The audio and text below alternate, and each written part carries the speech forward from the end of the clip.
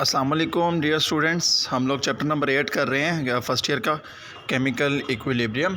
और आज हमने जो टॉपिक पढ़ना है that is Le Chatelier principle. Actually इस प्रिंसिपल में क्या होता है कि हमने देखना है कि कौन कौन सी फोर्सेस लग रही हैं एक रिएक्शन पे जो कि रिएक्शन को डिस्टर्ब कर सकती हैं, उसके इक्विलिब्रियम को डिस्टर्ब कर सकती हैं।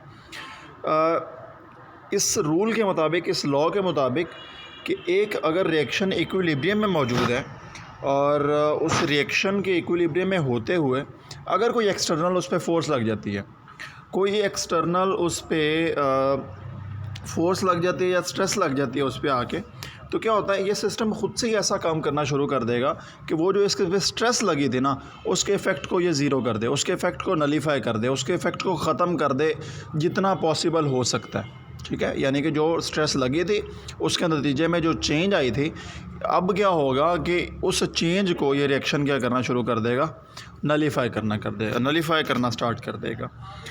अब ये कौन कौन से स्ट्रेसेस हो सकती हैं? ये टेम्परेचर हो सकता है, कंसंट्रेशन हो सकती है, प्रेशर हो सकता है, वॉल्यूम हो सकता है। तो उनको हम डिटेल में स्टडी करते हैं। यहाँ पे एक रिएक्शन हमारे सामने लिखा हुआ है, ए बी रिएक्टेंट है और सी एंड डी प्रोडक्ट्स हैं। अब देखें कंसंट्रेशन का क्या इफ़ेक्ट हो सकता है कि कंसंट्रेशन मैं कहता हूँ या तो कंसंट्रेशन बढ़ गई है रिएक्टेंट में। अब अगर कंसंट्रेशन रिएक्टेंट में बढ़ गई है तो मतलब कि यहाँ पे जो अमाउंट है वो ज़्यादा हो गई है। अगर इफ़ लेफ़्ट हैंड साइड पे अमाउंट ज़्यादा हो चुकी है और राइट हैंड साइड पे अमाउंट कम हो गई है, तो रिएक्शन क्या करेगा कि इक्वल यानी कि बैलेंस करने की कोशिश करेगा। और वो बैलेंस कैसे होगा कि जब यहाँ से अमाउंट ट्रांसफ़र होना शुरू हो जाएगी राइट साइड की तरफ। ठीक है, तो इसका मतलब ये हुआ कि अगर रिएक्टेंट की कंसनट्रेशन इंक्रीज़ करते हैं तो रिएक्शन फॉरवर्ड डायरेक्शन में जाता है। ठीक हो गया। और अगर रिएक्शन में रिएक्टेंट्स की कंसंट्रेशन सपोज़ अगर डिक्रीज़ हो जाती है तो मतलब कि प्रोडक्ट बढ़ गए। ठीक है, और अगर यहाँ पे डिक्रीज़ है रिएक्टेंट की कंसंट्रेशन और राइट हैंड साइड पे प्रोडक्ट की कंसंट्रेशन, इसका मतलब कि ज़्यादा हो गई है, तो अब रिएक्शन कहाँ स्टार्ट कर देगा जी? बैकवर्ड जाना स्टार्ट कर देगा। इसी तरह प्रोडक्ट की हम कंसंट्रेशन की बात करें कि अगर प्रोडक्ट में कंसंट्रेशन इंक्रीज़ होती है तो रिएक्शन कहाँ जाएगा जी? रिवर्स डायरेक्शन में जाना स्टार्ट हो जाएगा। और अगर प्रोडक्ट की कंसंट्रेशन कम होती है तो रिएक्शन फॉरवर्ड डायरेक्शन में जाना शुरू हो जाएगा। इन शॉर्ट हम ये कह सकते हैं कि जहाँ पे किसी चीज़ की कमी हुई है ना, रिएक्शन उस डायरेक्शन में जाना स्टार्ट कर देगा ताकि उस कमी को पूरा करके दोबारा से एक बैलेंस फॉर्म में, एक इक्विलिब्रियम फॉर्म को अटेन किया जा सके। Second is the effect of pressure. तो इफ़ेक्ट ऑफ प्रेशर में ये हमारे पास एक बैलेंस केमिकल इक्वेशन, हमें एक केमिकल इक्वेशन दी हुई है जिसमें A+2B और प्रोडक्ट है हमारे पास C एंड D। अगर तो प्रेशर इंक्रीज़ करता है किसी भी रिएक्शन में, ये याद रखिएगा, किसी भी रिएक्शन में एक इक्विलिब्रियम में जो हो, उस रिएक्शन में अगर तो प्रेशर इंक्रीज़ करता है तो रिएक्शन उस साइड पे जाता है जहाँ पे नंबर ऑफ़ मोल कम होते हैं।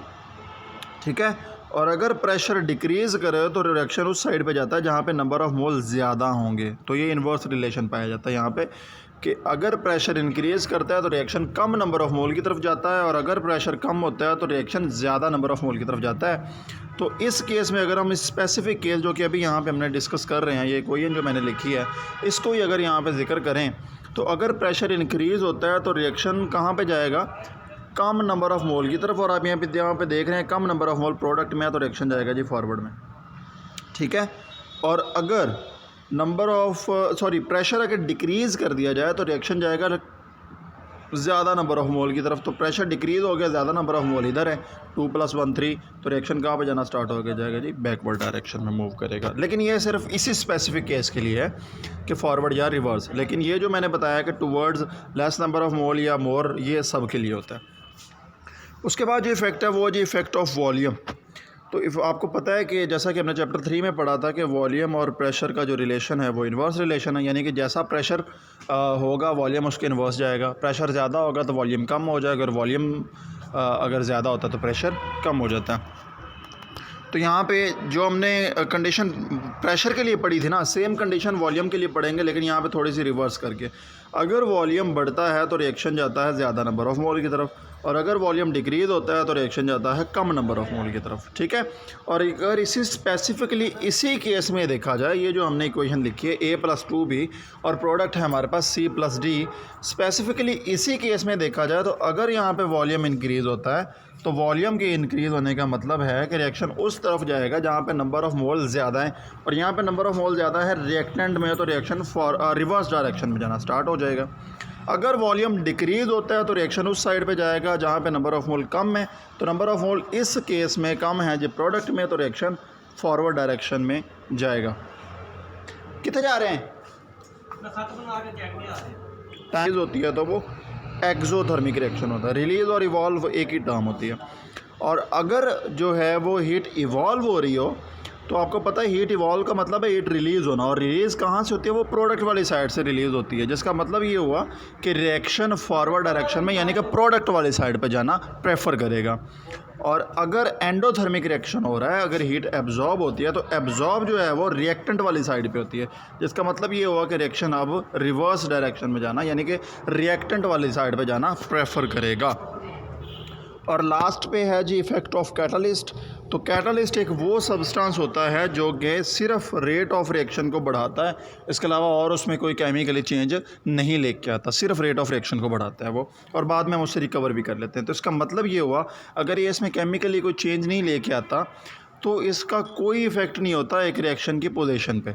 मतलब कैटलिस्ट हम ऐड करवाएं या ना करवाएं तो इससे कोई फ़र्क नहीं पड़ता कि क्या रिएक्शन फॉरवर्ड जाएगा या बैकवर्ड जाएगा, रिएक्शन की पोजीशन पे एक कैटलिस्ट का कोई भी इफ़ेक्ट नहीं होगा। Dear students, thank you very much for listening. अल्लाह हाफिज़।